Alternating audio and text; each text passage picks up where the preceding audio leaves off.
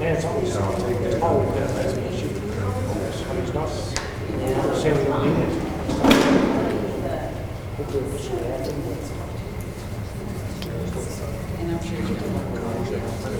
Okay, I'm going to get rolling. We have about 6:04. So I like to get started as on time as we possibly can, but I want to thank you first for all being here this evening. It's such an important topic, and we're very excited about what we have to present this evening. So I just want to welcome everyone on behalf of the mayor and the city commissioners of Clovis. And I want to recognize those people as I start out. So I'm actually going to start with City Commissioner Chris Bryant because he's the lead for the Water Policy Advisory Committee.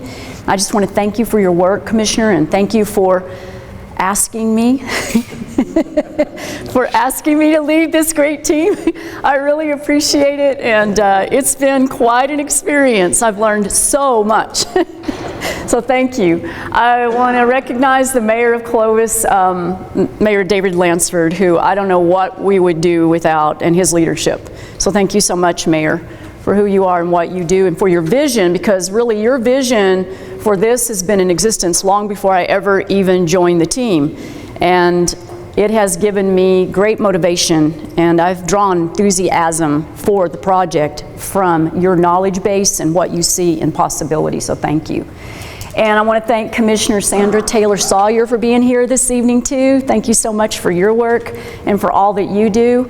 And also to recognize, I have another commissioner. Commissioner Tom Martin is right here, and this is 2 nights in a row for Commissioner Tom Martin and Commissioner Bryant. I'm like, you guys are the ones who are just going to be right there every step of the way. So thank you for being here and for your work. And thank you, Commissioner Martin, because I noticed how much you put it up on Facebook. And I appreciate how many times you posted and made the public aware. So thank you for that. I also want to recognize we have 2 Curry County commissioners with us. We have Curry County Commissioner Robert Thornton, and he was also on the team. I have a 9-member team, and several of my team members are here tonight, but I want to thank you, and I want to recognize Commissioner Ben McDaniel, who's also the chair of the Curry County Mission. Thank you for being here tonight. Appreciate it so much. And naturally, I want to introduce as well and recognize our city manager, Tom Phelps, who has also been on this team, this water policy strategic planning task force, basically, and thank you so much for your insights as well. And for Blake Prather, who's been another really key member of our team. He brought such a tremendous knowledge base that we have drawn from, and so did Commissioner Thornton, from being in water for so long before I knew you. New Mexico American, right? This is who you worked with for years, and you brought that knowledge base. And then Blake's just been an agricultural connected in every which way you can imagine, so I just really appreciated them on the team. And of course, I already mentioned that Mr. Phelps was on the team. Is there anybody on my team else that I am overlooking? Because the team did so much work, and I appreciate and want to recognize that. So having said that, I want to thank everyone for being here, and we're going to proceed in this manner. Number one, I want to be sure you picked up a PowerPoint handout, and then there's a packet, and it's titled Important Points to Ponder. And I like alliteration. I'm a language person, so it has that little bit of that in there. There's a third handout. This was provided by Commissioner Thornton, and it's an important one-sheeter, and it looks like this. It was on the table as well, but you had to notice it and just pick it up. And so if you didn't, we'll grab some, and Vicki can pass those out, and we're happy to do that. This one talks about the Master Water Assurance Plan and how important it is, and where you can get a copy of the entire plan. And we tried that out today, Commissioner Thornton did, so we did a little troubleshooting to see how hard it was to get there. So if you go to the city website, you can just put in the search engine, water plan, and immediately a few press releases will come up on the screen, and embedded in one of those press releases is the link to get you to the water plan. We just want you to be able to read the entire plan, because it's that important to really become familiar with the document, because it's a seamless document, and the 5 plans we're going to talk about tonight all work together. They're not separate, they work in tandem. So we want to be sure that you get an opportunity to see the whole plan, because I'm giving you the shortened version of what you'll read there. We also want you to understand that you need to use the report with caution, because we recently commissioned a study to estimate the life of the Ogallala Aquifer, and that study is available as well, and it was quite revealing, and it presented worst case scenarios. We're going to be talking about that some tonight, and why we believe what we're proposing is extremely important in the very near future. With that, we'll just get started, and I'll give you a little bit of background. We were commissioned by the City of Clovis as a task force on January 11th, 2017, and we really didn't finish our work until about July. So we've been at this for a while. We met faithfully at least every 2 weeks, and toward the end we had a full session, 3 days, and I worked until about 14 hours a day. And so the team worked really hard. And we had a cross-section on that team, so you did have representation from EPCOR, our water utility authority, and that was key to having 2 members from that group on our team. CIDC was on the team, and Jean was there last night.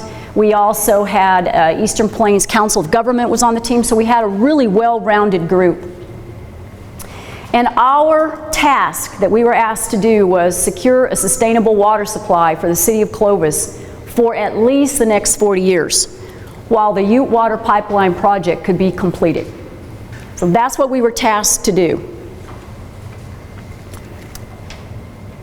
So in order to do that task, we started out with a lot of research, and we found everything we possibly could, including historical documents that had law behind them, so that we had an understanding for our foundation about what we were able to do and how all of this came to be, the Ute Water Pipeline project, how it was authorized, and what they were actually legally authorized to do. So we had about 47 key documents. We all read them. We all took that very seriously. A lot of conversations surrounded those documents as we gathered together, and we had questions. We had rich conversations. We had debates. We covered the whole gamut to try to get to the heart of what we could learn from the research. Our team posed 24 central questions. We still have a copy of those questions. Those aren't hidden questions. And there were more than 15 additional questions raised by the team. So all those responses that we got for the questions helped us advance the work of the planning team and was very important to the work. We also wanted a full understanding. One of our historical documents was House Bill 15. And we just pulled this particular piece to see why it was even created, what was its purpose. It was created to plan, design, develop, purchase, acquire, own, operate, establish, construct, and maintain the Eastern New Mexico rural water system pipelines and waterworks to supply water. And I always like to highlight that too. It was created for this, to do something, to supply water for domestic, commercial, non-irrigated agricultural, and industrial purposes. And how's it supposed to do that? By any available means to persons within and without the boundaries of the authority. So within the 7 membership boundaries and without the 7 membership boundaries. That's a very critical statement. Now we recognize that at this point the ENMWA has really focused on infrastructure. That's been their primary focus, is to get this pipeline down. But yet we took as our task, we have to get a water supply ready now, especially based on the research that we gathered. So we applaud the work of ENMWA and what they've done to this point toward that infrastructure of building that pipeline, but we feel there's a critical need to identify and secure right now a sustainable water supply while it's available. This is another piece we looked at. What better thing to do than to consider the ENMWA's quarterly workshop information that they presented, so we did. We said, let's take a look at that. This is from their 2015 workshop, and this statement is made in regards to the Bureau of Reclamation, which is funding 6 key projects. And we're going to talk just a moment about that.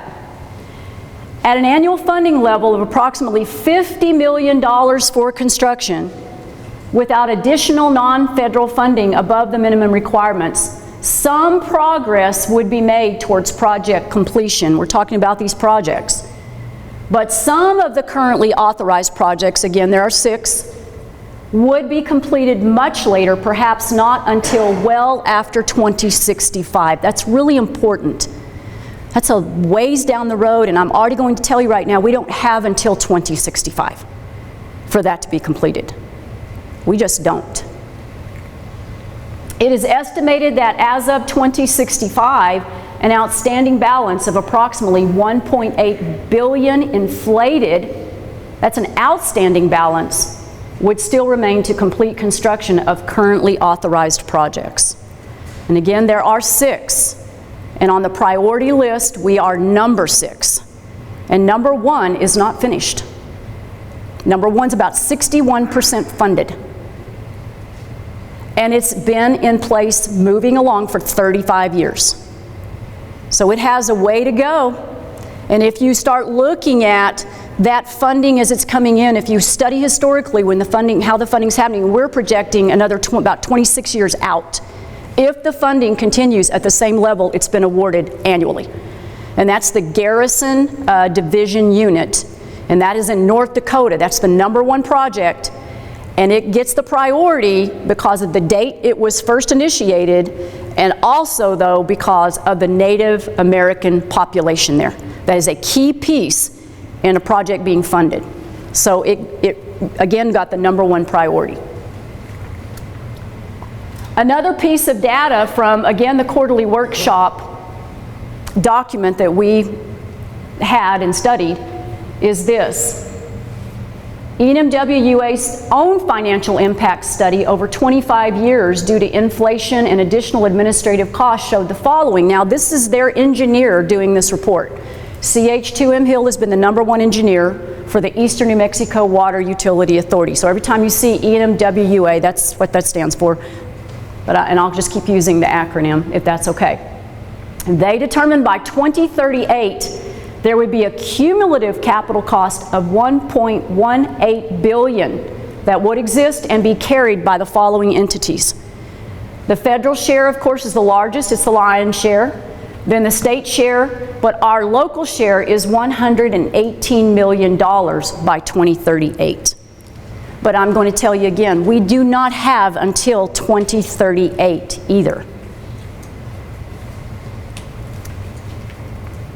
Now we're going to begin to talk to you about the Paleo Channel as a place that we located through our research due to a lot of available information on what happens in this Paleo Channel currently. So we were able to look at the Trinity report. We were able to study water, the water decline over time from a very rich source of water. We had these great pictures showing deep blue, then a lighter blue, and over the years it finally becomes white, basically, at the end of a journey.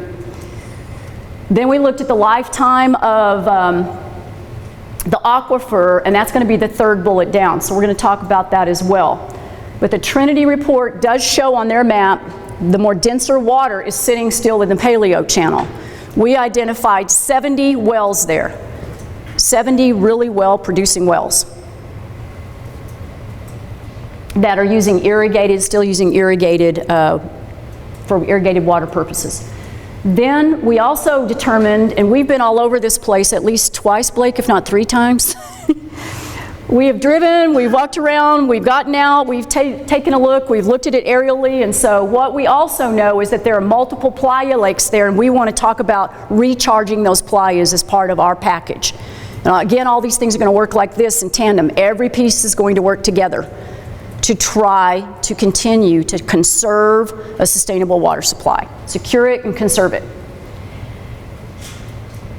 Number 3, we looked at the NM Tech study. That's that big study that just was released recently that really got a lot of people's attention, that said some of our ag producers, they're already out of water. They're out. Some of them will be out in 5 years.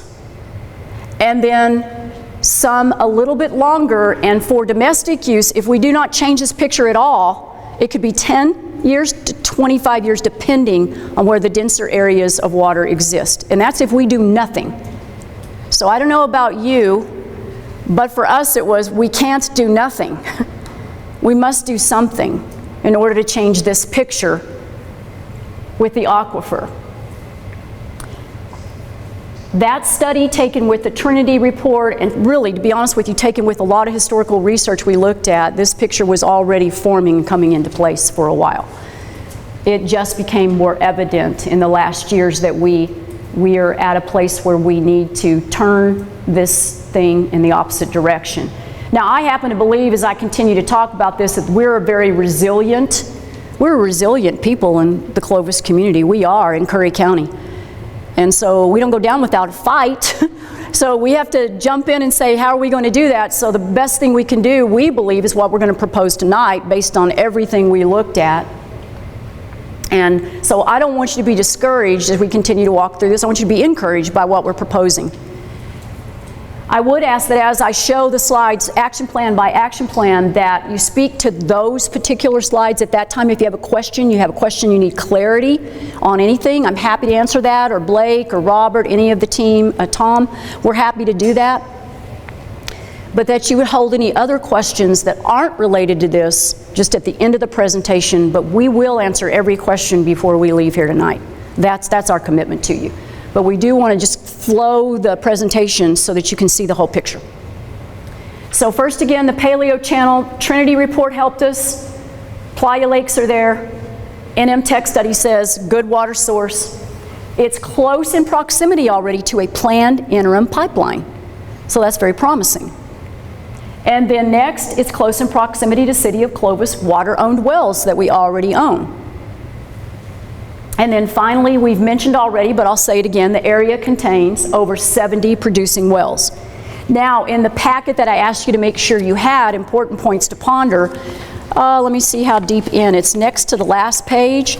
You have a great map of that Paleo Channel showing you actually how it runs all the way through and how connected that is to actually pinpoint those 70 wells.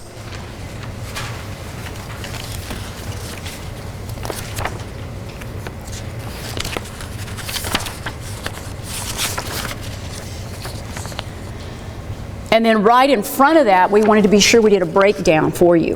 This is a summary of all the water available in the Paleo Channel. It's not a small amount. And what we're getting ready to show you is an action plan for that talks about only pumping those wells at 20% capacity to meet our need. 20%, not 100%, but bank the water and pump it at 20% capacity.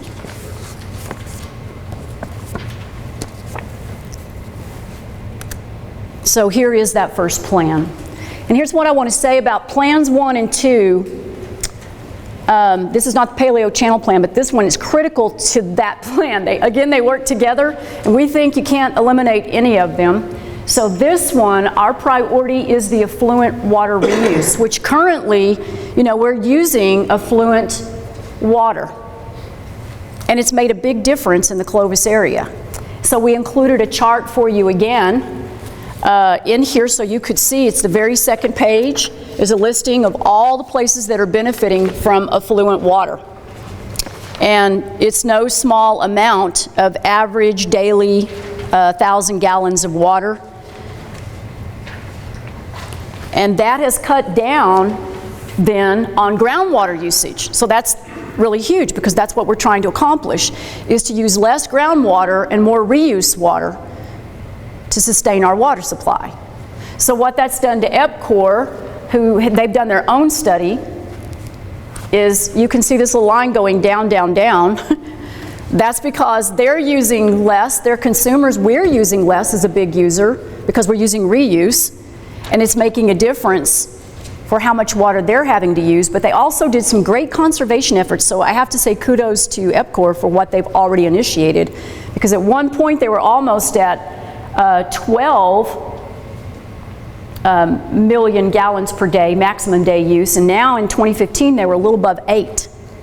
That's a significant drop. I mean, deserves recognition.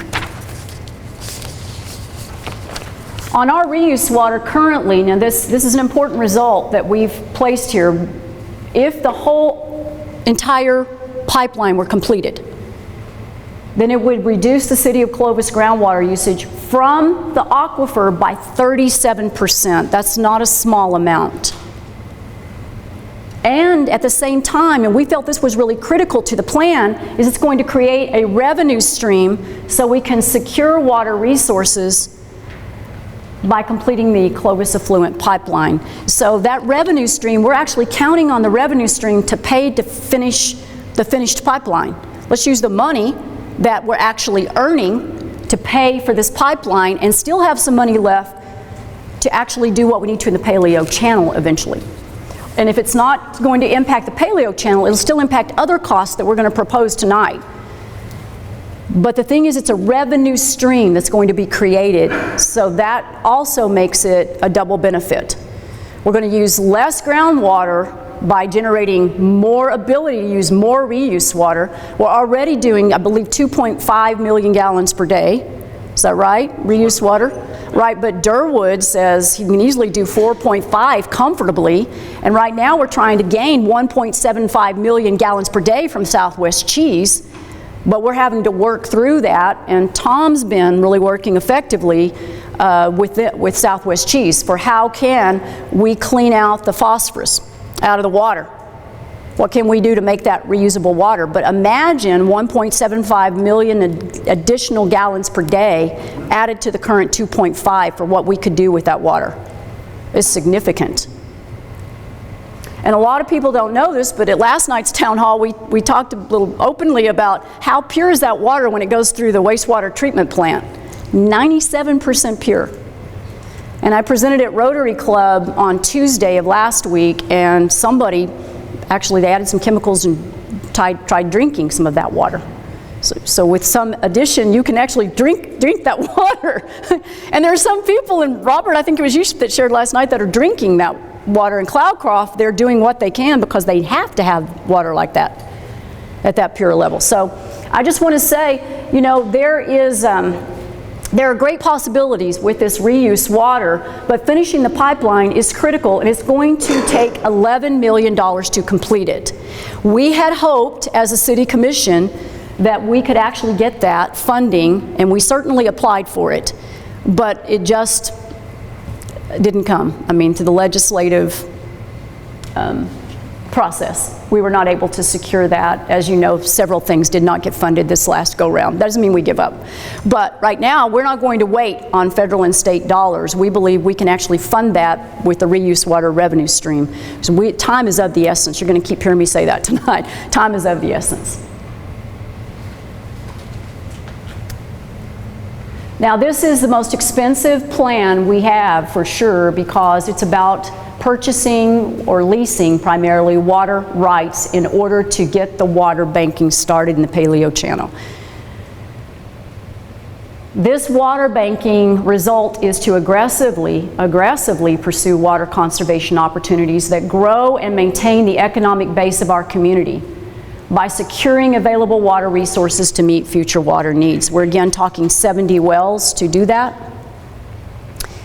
And we believe if we could just shut the wells down by May of 2018, that's our goal now.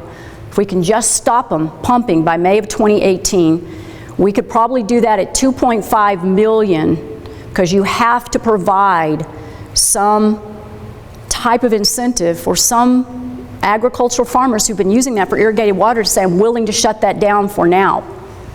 You know, and just take what I need basically, domestically, and maybe to water my cattle, those things like that, from those wells, but that's it.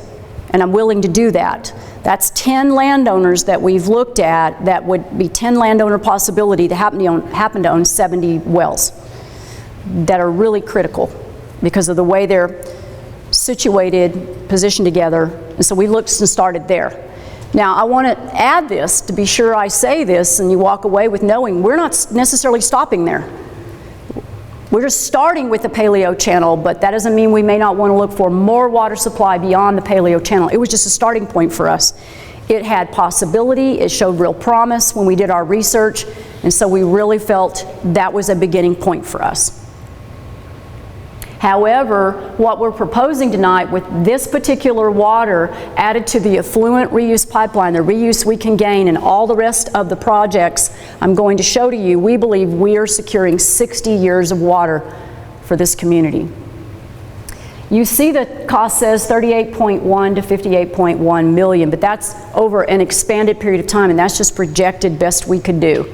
But truly, to shut them down for 1 year so that we can figure out then how much is it really going to cost to get it done, and where are we going to get that money to make that happen. We want that 1 year timeline to do that. But even if at the end of that timeline we've still shut the wells down for 1 year, it's going to be a significant increase just by shutting the waters down in 1 year. But we don't want to say we're not going to continue having them shut down, banking them, and then get them prepared to draw 20% capacity from.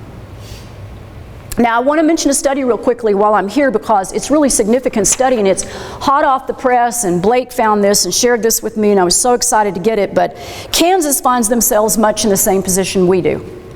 And so in Hoxie, Kansas, there was a 99 square mile called Local Enhanced Management Area, abbreviated LEMA, where they decided they would try to get a 20% groundwater reduction. They actually succeeded in getting 35% over 4 years. Well, we're not talking 20% reduction, we're not talking 35% reduction, we're talking 80% reduction of just those particular wells in the Paleo Channel, and then a 37% reduction will gain just from the reuse water. Separate, but both affect each other.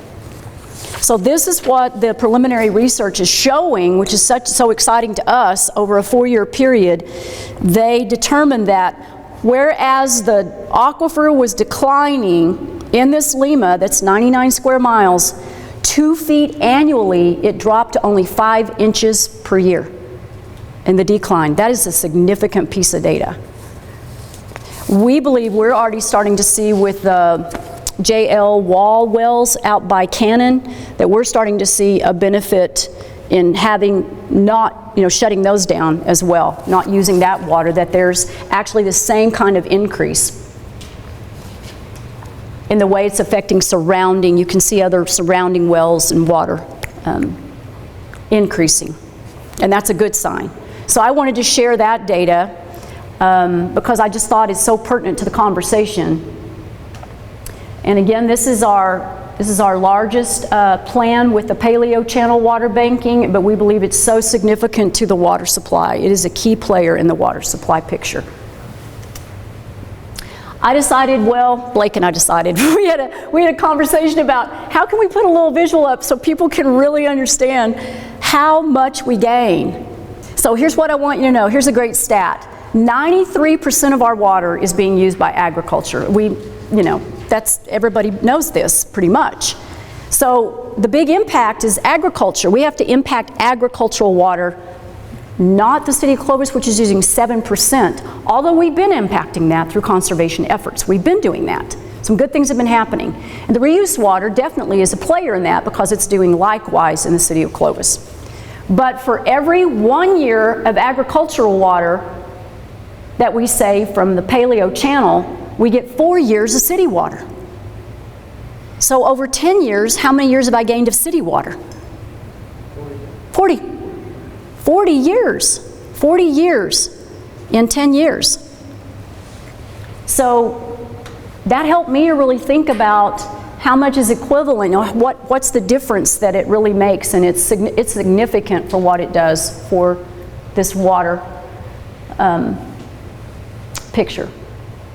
Now, Playa Lake restoration is number 3. And the Playa Lakes, we have been doing a lot of work looking at them. We've taken several field trips. We've had different conversations. We've met with Playa Lakes Joint Venture about trying to restore the ability of the playas to really recapture water and get it back down into the ground like it's supposed to, like nature intended for it to work. And that's called Ogallala Aquifer Recharge. Now, we admit that it's not going to be like, wow, it's going to be quick recharge in the aquifer and in 2 years it's not going to do that.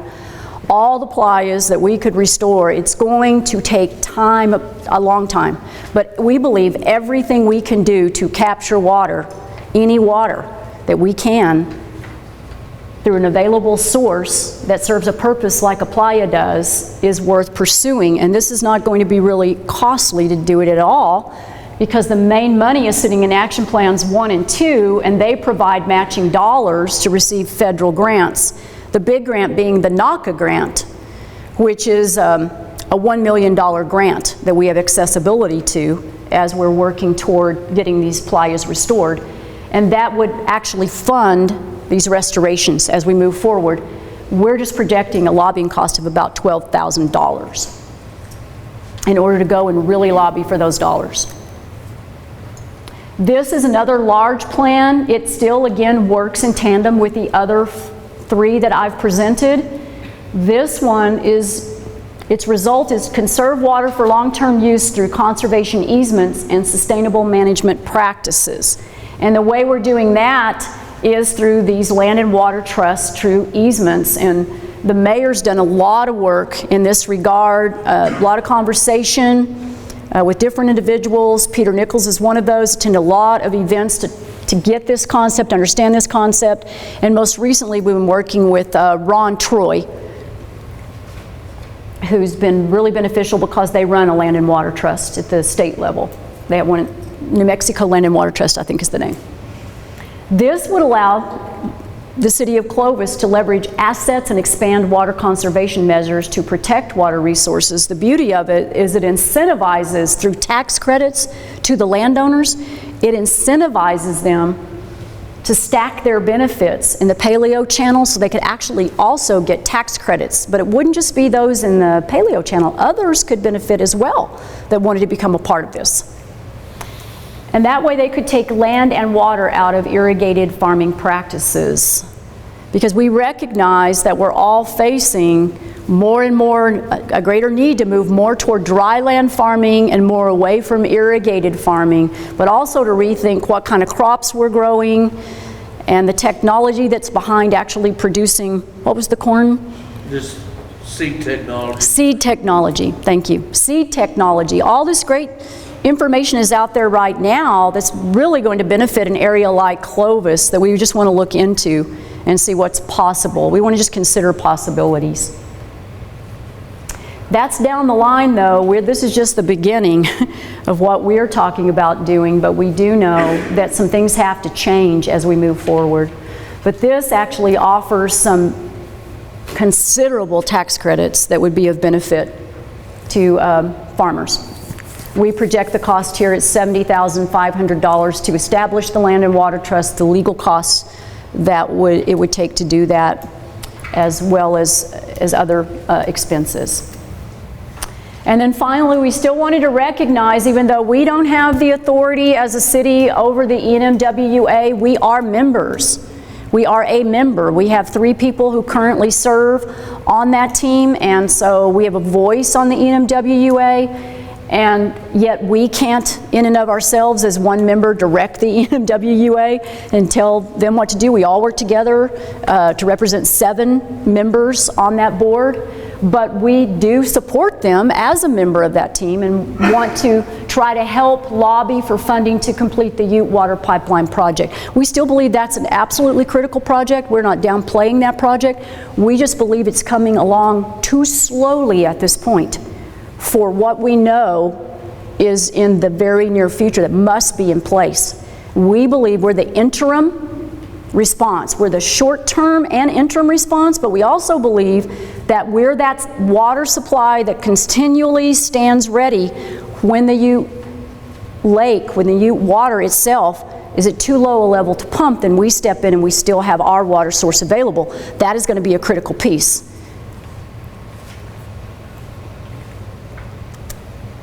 Now, putting it all together, and I've put that on the top page of your points to ponder so that you can reflect on this again and think about how these things work together. But here we go. The current water needs for the city of Clovis are estimated to require approximately 5,600 acre-feet of water annually. That's what we came up with, based on all the data and research. But the completion of the water reuse system will reduce that groundwater demand by approximately 1,750 acre-feet. So now we just need 3,850 acre-feet, and we believe if we pump the wells in the Paleo Channel at 20% capacity, we can meet those future water needs. If you consider current agricultural pumping levels, maps prepared by NM Tech, and that's that lifetime of the aquifer report too, says we have about 10 years of water remaining in the Paleo Channel. Now the thing is if we don't stop then pumping, we just have 10. So we either have to agree one thing or another thing. We agree to just keep pumping and use it at the same level, and we're going to be out in 10 years. Or we say, how about if we stop that pumping, we reduce the capacity of what we do pull out to 20% of that pumping, and we can actually make it last 40 years, and then add other pieces that we're recommending of conservation in order to even extend it beyond that. And that is spoken in the second paragraph there. The additional conservation measures that I just mentioned would be like playa restorations, conservation easements that we looked at with tax credits, water reuse pipeline system. If you combine that also with the existing wells, because we're not going to forget that EPCOR has like 75 wells to put in the game too, and they are our water utility. So if you consider them and everything we've looked at, we as a team are projecting 60, well beyond 60 years, not well beyond, but beyond 60 years to extend the water supply. But we do want to emphasize that time is of the essence here. So these are the reasons we feel that way, and I've even given you handouts so you have more explanation about that. Last page describes each one of these areas. Inflation is one. And we know that even the Bureau of Reclamation has already highlighted how inflation is playing a part in what they're able to do with their original 2.5 or 2.4 billion they had available. And we know interest rates, although they've stayed steady for a long time, they're eventually going to come back up and increase. And we do not want to pay more for the money than we have to, that we're going to need to borrow to get this done. And finally, certainly, importantly, a declining water table that will continue to decline at a rate that we can't continue to sustain. And so we're recommending these items initially, that we would aggressively pursue change of management practices in land and water conservation. Number two, we would consider securing water rights even of the dry land farmers in the Paleo Channel, simply because they're not using them. But we wouldn't want them to start pumping again. So we had that conversation. Since they're already there, let's just see if we can't acquire those as well. Place a moratorium on future economic development projects that are water-dependent industries. We feel very strongly about that. We cannot bring another water-dependent industry into the area. And that's it. And that's a lot of information. So we just want to dive right into questions and see if we can come up with some answers and just have a conversation. Yes, Carol. Just two really simple questions. Okay. At least I think they're simple. I'm looking at this map. Okay. And, so the Paleo Channel is everything on this, which means it's the north. Are you saying? I mean, on the distant. That's okay. It is north. Yes, it's like north of Cannon and going west. I mean. So it's everything that's on. Yes. And my second question, best case scenario, 60 years? Best case. Where did we blow away? well, ours is 60 years, but that's not the Ute water pipeline piece. Yeah, but I know. More droughts, it's not gonna. Yeah. Okay, I'm just. Yeah. Okay, want to make sure I understood that. Okay.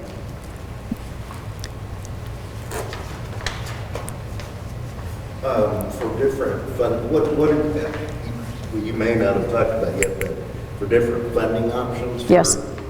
What are some of the thoughts as far as where to borrow, like finance authority, or have y'all discussed that much? Well, we did discuss this as a team to get the 2.5 million just on the Paleo Channel for the year one, just to stop the pumping. For the first year. Yeah, for the first year, actually, we would really like to come to the county, the city, and NMWUA. We're proposing that. Everybody puts up something for just that initial money. And then from there, what did we discuss? Basically going to New Mexico Finance Authority. Right, New Mexico Finance Authority, yes. And also applying for USDA NRC. Right. Bring a potential. We listed everyone in that plan you can imagine. We did do that. We listed them. We don't know. Yes, we did. And you know what? We recognize we have a lot of hard work ahead of us. I mean, we see ourselves going and talking and lobbying and asking and like a squeaky wheel, you know, just don't give it up. And we feel like because we're coming with something that has, we feel like promise that's going to get something done, that we will be heard. I'm optimistic about that. But let's say that we don't get the federal and state dollars, then what do we do, right? Because in some areas, we may have to go outside of that and think differently about how to get that funding. The important thing is just to keep coming up with how we're going to get that done. That's why we really want that 1-year window while they're just not pumping, to figure that out and really aggressively come up with a solution. We also discussed public-private partnerships on some different Yes. things like that.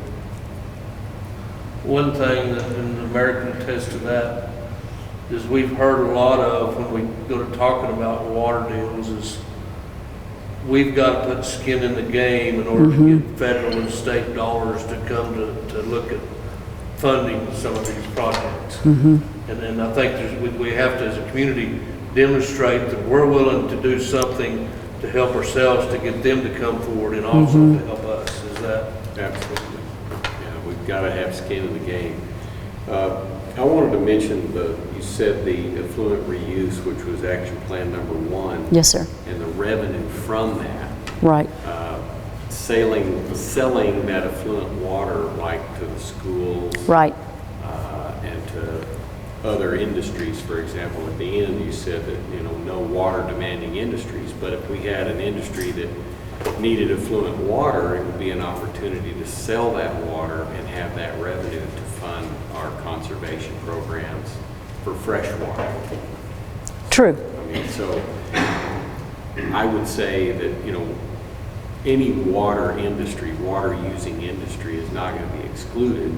I mean, if we have the ability and the extra effluent water to sell for income, obviously we're going to take that opportunity, I would think. You mean to bring in a new industry even? Well, I'm just saying, say somebody needed 500,000 gallons of water a day, and they didn't need fresh water, they just need affluent water. Well, we wouldn't necessarily have to clean it up any more than we are, and then we can sell that. I see. And then use that revenue to fund other water sources that are not waters that we have to clean up, but it's fresh water that we're saving. Ultimately, we want fresh water for drinking rather than affluent water, if at all possible. Yes. And I think when we said no water dependent industry, groundwater dependent, because that's happened. Yes. Yes. Assuming Yes. we have a limited amount of effluent that we can produce, right? I mean, it's not- Yes. About 4.5 million, Yeah. Per day. which is more really than, you know, It's a lot. we can sell right now. I mean, and maybe even use right now. So there is going to be some extra there to sell the industry. Right.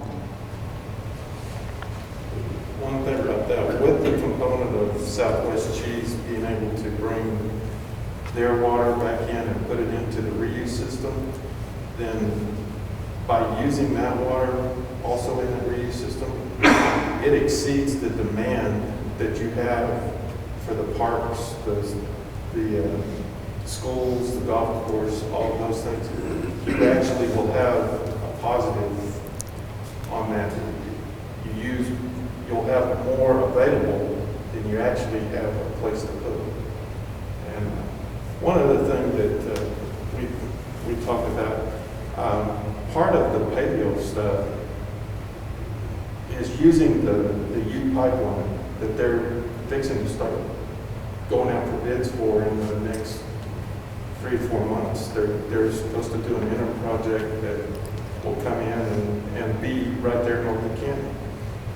once you get a water source available, that also becomes another revenue stream that you can start charging for that water, which is something that you can put back towards acquiring more water rights, or add that to the kitty for the water authority, or however you want to do it. So all of those things kind of work together. And as we went through this, we tried to identify ways that you could pay for it by itself without having to go out and use more tax dollars or depend so much on grants and those type of things.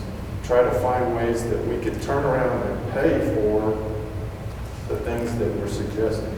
And there are avenues there, and that's why I encourage everyone to go to the website, pull up the whole plan and read the whole thing, because it breaks down every step.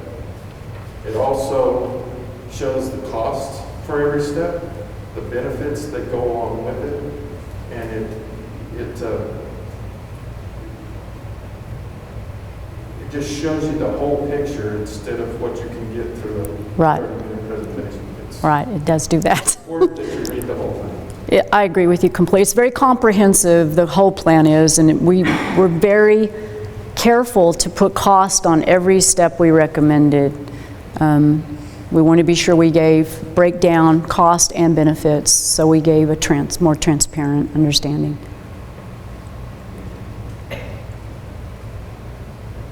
Other questions?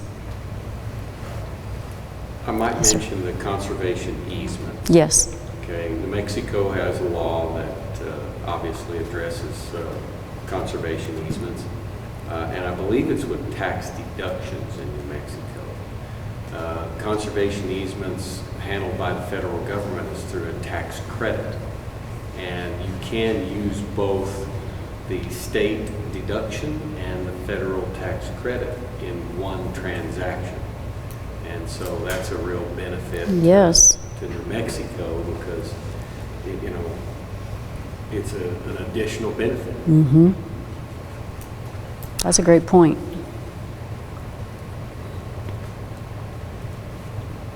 So Commissioner Yes. Clayton, after you have 2 additional town hall meetings for District 3 and District 4 to do later on in the month, I believe, Yes, next week. next week. Mhm. And I know that it's already been discussed at the Water Policy Committee. Right. And what is your thought, or the committee, the strategic committee's thought on, when this would be presented to the city commission, or are you looking at just a little bit more time? Could you kind of address Sure. the next step? Well, our hope is as soon as we are done with the 4 town halls, and we want to be sure, I definitely want to be sure that I pull all the questions that were asked last night, tonight, at all the town halls, and we get those posted, and we review them, and we feel that we've got or have answers for those questions, and the public's been exposed to the answer for the questions as well as the questions themselves. And then we want to come right back in and meet with the Water Policy Advisory Committee, because the first approval process has to come through that committee for the plan as presented. Maybe there'll be revisions by then based on some of these questions and proposed ideas from the groups. If so, then we'll propose those to the Water Policy Advisory Committee, especially if we feel they have real merit, or at least they should hear them. Even if we don't necessarily agree, the whole committee should hear those. So we want to go through that process, the Water Policy Advisory Committee. Once they say yes, we say this is good to go, it moves right to the City Commission level at that point for their consideration. So then I don't know what the timeline is. Would they keep it, does the City Commission keep it for 30 days? Are they out with it for 30 days and then come back after 30 days and decide to vote on it or not? But I do know that I hope that it moves, within the next 30 to 45 days after the town halls pretty quickly, pretty swiftly, because of the timelines we've already put in there based on where we know we are with our water status. So that's a great question. I appreciate that. I have one more, Commissioner. Yes. Where the 70 wells are and the 10 landowners, I assume that y'all have been engaged with these landowners to some of that. Yes, there are no agreements or anything like that. We don't have, Discussions. right, but we knew it's wise. Number one, it's wise because it looks really bad if we come up with this great plan and they go, hey, we don't have any interest in doing that at all. No, so we have had conversation, and they are open to and like the concept of doing this because they themselves have even said they understand why they need to be thinking about and the urgency of doing this. Sure. Yes, but also, you know, in talking with them, there was something else that came to mind that I wanted to remember about their receptiveness to that, but it's left me right now. Maybe it'll come back. But overall, pretty receptive. Yes. Yeah. So we have been talking about that with them. One thing I might mention here, it goes back to the easements, you know, and then the biggest challenge with a conservation easement, because you're talking about federal tax credits and state tax deductions, Right. based on valuations. And so obtaining valuations for these easements is the critical piece. Right. And so that has to be done in a legitimate appraisal fashion. Mm-hmm. You can't just arbitrarily say, you know, this is what it's worth. It has to be justifiable. And so once the state looks at all these appraisals and justifications for prices and so forth, then they will issue those tax deductions, and the federal government will issue those credits, but they're not going to issue inflated credits Right. because somebody wants to earn a lot of money. And so the appraisal process is very, very important. Critically. And that brought back to my mind what I was going to share in talking with the landowners is, first you have to prove the value of the well. You don't just go in and say, we're going to pay you this much for a well we haven't proven. So we also wrote into our plan that we would do pump testing on every single one of those wells to see exactly how much water it's generating, because that's a critical piece. Yeah, that's what I wanted to add, and I think your hand was up a while ago. What other states or other entities have their eyes on that paleo channel? Because it's, you know, it's the whole Ogallala Aquifer and that part of it. It's multiple states, goes all the way up to, Right. We're talking about how many square miles? Oh, the channel that we're looking at, the portion we're looking at, actually that channel extends 50 miles all the way to. We're so talking it's about, totally and completely isolated from the rest of the. it's all in Curry County. Yes. Yeah. Yes. It's just north and west of Cannon Air Force Yes. Base, and so it runs up through like the House area and even into areas far north of Melrose. But primarily, it's northwest of Right. Cannon Air Force Base.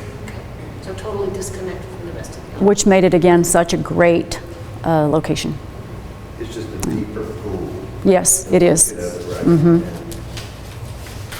It's where a good source of water still remains in the aquifer here in this area. Right. I mean, it's one of the better sources of water Yes. still remaining in Curry County.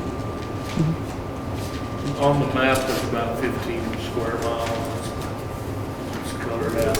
Right there on your map, there's Cannon right there, and the Right. railroad, and so it just shoots right up here. Melrose would be over here somewhere. That's good. Okay, are we sure we've answered everyone's questions?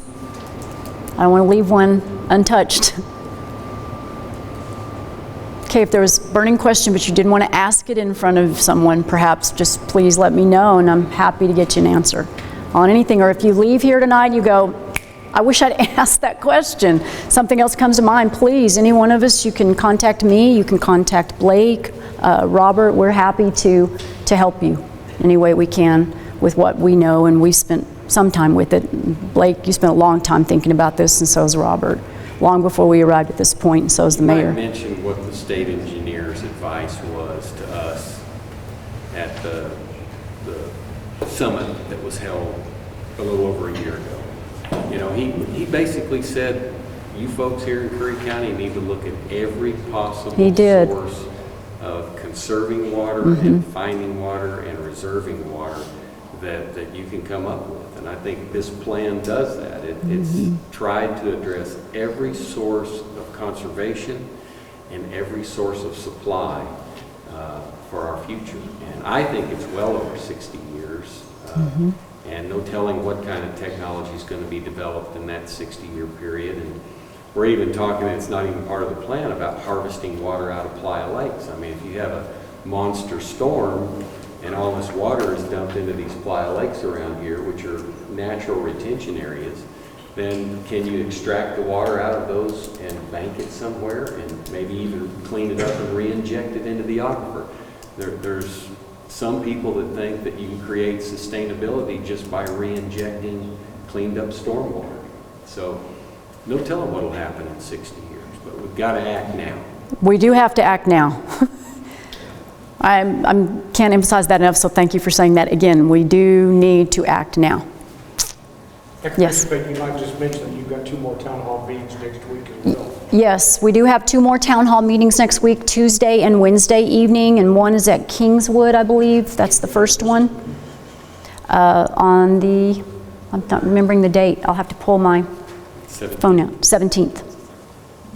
And then the last one, Maybe there. the 11th, no, it's later. It's the 19th. 19th. It's the 19th and 20th, the last 2, 19th and 20th. And you're welcome to attend another one if you want to go through it again. If you have more questions that come to mind, you go, I think, or you want to hear the discussion. That's what I loved last night. The questions tonight, different than last night. All of them very great, just great questions. Yeah, the one on the 19th is at Kingswood Methodist. Yes. At 6 p.m. Okay. On the 20th is at Friendship Center. Yes, Friendship Center, that's the one I forgot. And they're all at 6 p.m., so that's the constant. But thank you so much for being here and for being a part of this. It's encouraging to see people here and be interested in what we're proposing, and with great questions as well. Yes? I just have a comment. I just wanted to, and of course you've already said it, but I want to echo our mayor with his leadership, because this is something that we definitely needed to look at. And I appreciate Commissioner Bryant as well too. And I have to say kudos to the strategic planning committee that you had at Commissioner Clayton, because this was awesome. And thank you to Blake and Commissioner Thornton too for your input into this. This is really important for us. Thank you so much. Appreciate that. Have a wonderful evening.